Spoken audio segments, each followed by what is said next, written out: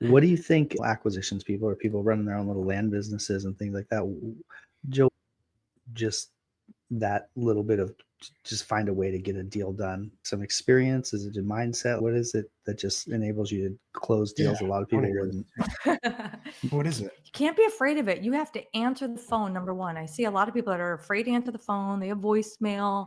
They're using other things. So for me, especially right now, you got to answer that phone, befriend these people really quickly, find out if there's a deal there, and then push it to get done.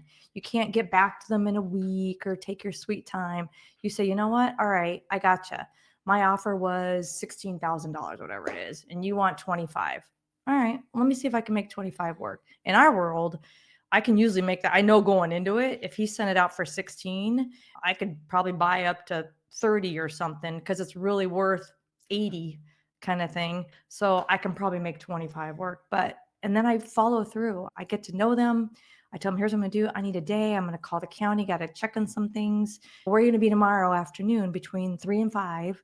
And is this the best number? And just push it through. Don't give anybody any time to change their mind or talk to their family, whatever it is, and get it purchased. So that's what I'm doing a lot of coaching people right now. They're too slow to react. Yeah. They're not There's a getting the moment number. in every real estate deal. I believe there's a moment where you mentally make the decision to buy it. Yeah.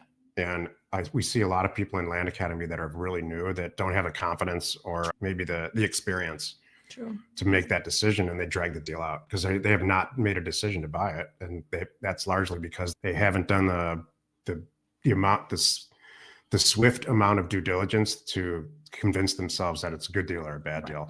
So it just sits there. That's really bad. Yeah. And then they wonder why people go dark. Yeah. And things like that. I'm like, hey, you lost that one. Either do the deal or you don't. And we go into every single deal saying, I'm going to buy it. We're going to buy it, but it has to be the right price. Yeah.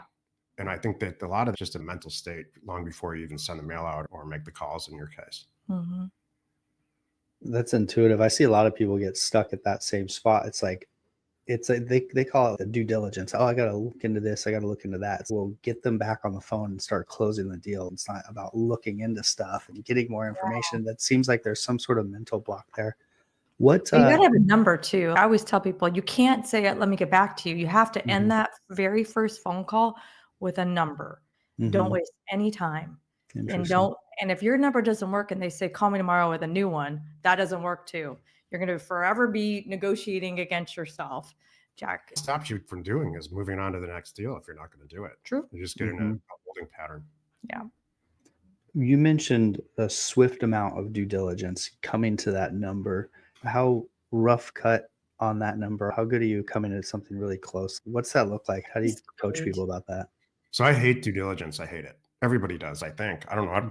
Anybody enjoys it. Yeah. So I want to get through it as fast as possible. Yeah. And I'm actually, once we decide that the economics of the transaction works, which takes seconds, then I'm trying to find something wrong with it. Right. And so we have a concept called the 8 A's. It's got to have, actually I have them written down because the people that you're talking to have to be alive. Very often they're trying to buy property from dead people. And it from a legal standpoint, it's very difficult depending on the state, what to do. We look at adjacent. What is it adjacent to? Because chances are that's what the end use for that property will be. And if it passes that test, if it's adjacent to a gas station, I'm just going to say, no, there's EPA concerns and the world doesn't need another gas station. What up? Adjacent access, can you get to it? Acreage, larger is usually better, not always.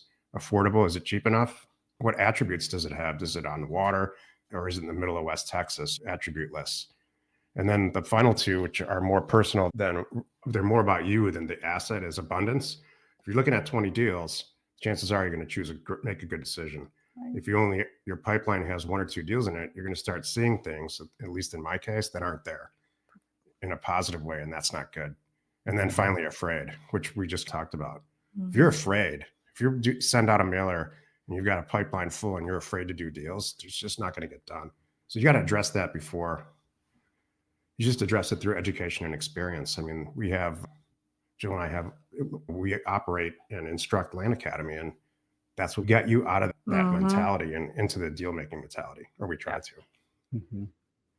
And do you do that with frameworks, the comping frameworks and the frameworks like you just said? Or is it some mental stuff?